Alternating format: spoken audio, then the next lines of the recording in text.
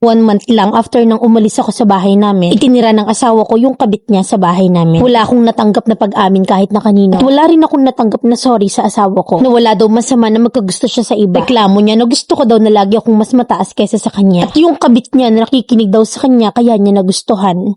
I was 23 nung makilala ko yung asawa ko. I just separated sa father ng first child ko. Kaya nung dumating sa buhay ko yung husband ko, nakatulong siya sa pag-move on ko. After 3 months naming magkakilala, naging kami agad. And to be fair, hindi rin naman kami totally strangers. Same kami ng school ng high school at may mga common friends din naman kami. I got pregnant a few months lang after maging kami. So nag-rent kami ng apartment malapit sa parents ng husband ko na para magsama na kami kasi nga buntis na ako. Pareho kaming may work that time so okay naman. And supportive ang both families. A few months after, I gave birth to our son. Nag-stop mag-work yung husband ko para siyang mag-alaga ng anak namin. Wala namang problema since mas stable ako at mas malaki yung income ko. So ako yung main breadwinner while siya yung nasa bahay. Aminadong ambisyosa ako kaya pinilit kong makapag-abroad kami para sa future namin. Magkasama kami nag-abroad at iniwan muna ang anak namin sa parents ng husband ko para makapag-work kami at maging stable muna bago namin kunin yung bata. Tumagal lang 16 years ang pagsasama namin at nagpakasal kami after almost 11 years na live-in. Naging stable yung status namin overseas and nadala din namin yung anak namin para sama-sama na kami. Naging routine ang pagsasama namin at focus kami sa bata since matagal namin siyang hindi nakasama. Nawala yung intimacy pero akala ko normal lang yun. Nang dahil nga sa matagal namin pagsasama. Never nagkaroon ng third party until may babae na pumasok sa work ng husband ko. Nung una pinakilala pa sa akin and medyo tinutulungan namin since bago lang siya sa lugar namin and kapwa Pinoy. Nung minsan na dinadalhan din namin siya ng food ng asawa ko and ini-invite sa mga gathering ng mga friends namin. 1 month after na dumating yung girl ay napansin ko na may nagbago sa asawa ko. Laging lumalabas kasama yung mga katrabaho niya para uminom to the point na wala nang paalam. Bigla din siya nag-exercise at nag-aayos ng sarili niya na dati ayaw niyang gawin. So one time nagtanong ako kung ano bang nangyayari at kung ano bang gusto niyang mangyari sa amin. Nabigla ako nang ang sagot niya, hindi ko alam.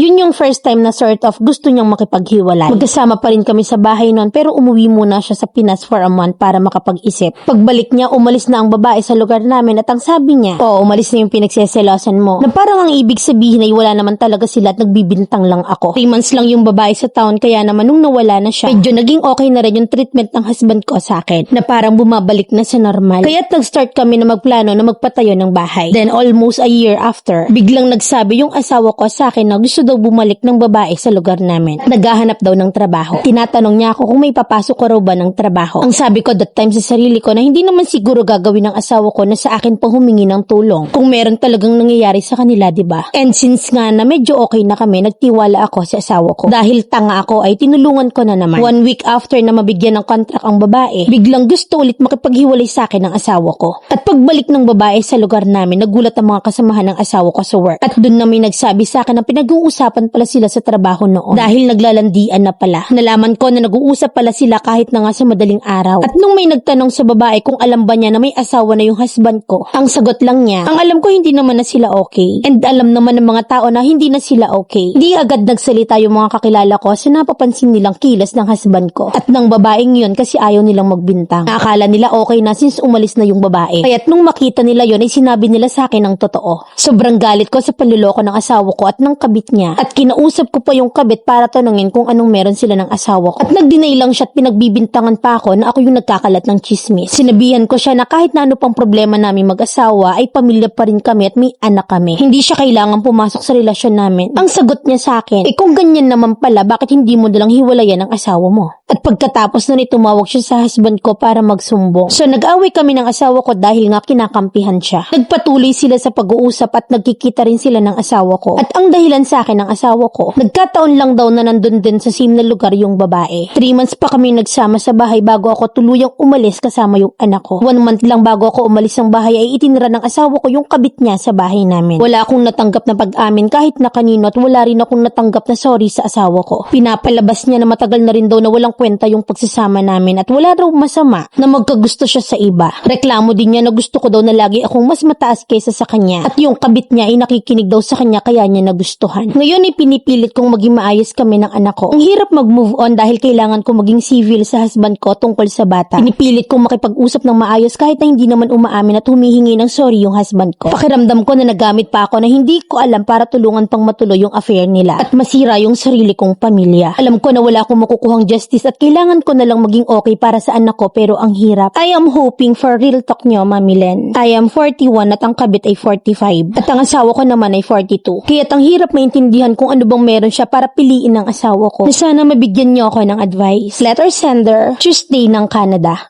So ayun naman pala, ayaw niya nang nasasapawan siya at ayaw niyang may humihila ng iba ng itlog niya. Na masunurin si kabit kaya mas bet. Anong walang justice kasal kayo? Sobrang kapal ng mukha na sa bahay niyo pa pinatira yung kabit niya. Kasuhan mo't ipatanggal mo sa trabaho at wag mong isiksik at magpaka-normal para sa anak niyo. Napakadaling pilayan ng mga parasites na yan. Huwag kang stepping stone tapos ikaw yung option mo mag-move on lang. Kasuhan mo, alisan mo ng trabaho, sampahan mo ng kaso. Balik mo yung pinaparanas niya sa yung impyerno. Ano, nguy-nguy bilot lang yung kaya mong gawin? Walang mag-move on te. Tang ina gumante ka, wag kang tanga.